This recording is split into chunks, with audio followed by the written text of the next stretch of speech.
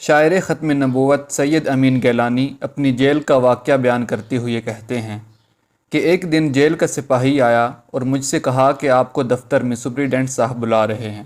میں دفتر میں پہنچا تو دیکھا کہ والدہ صاحبہ، میری اہلیہ اور اپنے بیٹے سلمان گیلانی، جس کی عمر اس وقت تقریباً 1.5 سال کی تھی، تشریف فرما ہیں۔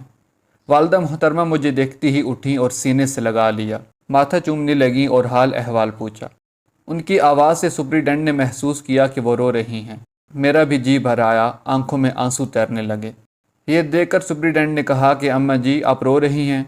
ایک فارم آگے بڑھاتے ہوئے کہا کہ بیٹے سے کہیں کہ اس پر ابھی دستخط کر دے تو آپ اسے ساتھ لے جائیں، ابھی معافی ہو جائے گی۔ میں ابھی خود کو سنبھال رہا تھا کہ اسے جواب دے سکوں۔ والدہ صاحبہ تڑپ کر بولی، کیسے دستخط، کہاں کی معافی؟ میں ایسے 10 بیٹے حضور پاک صلی اللہ علیہ وسلم کی عزت پر قربان کر دوں۔ میرا رونا تو شفقت مادری ہے۔ سید امین گیلانی کہتے ہیں کہ یہ سن کر سپریڈنٹ شرمندہ ہو گیا اور میرا سینہ ٹھنڈا ہو گیا۔ سرور کونین سے سر کا سودا ہو چکا، سرور کونین سے سر کا سودا ہو چکا، ہم نہ پوچھیں گے امین کیا بھاؤ ہے بازار کا۔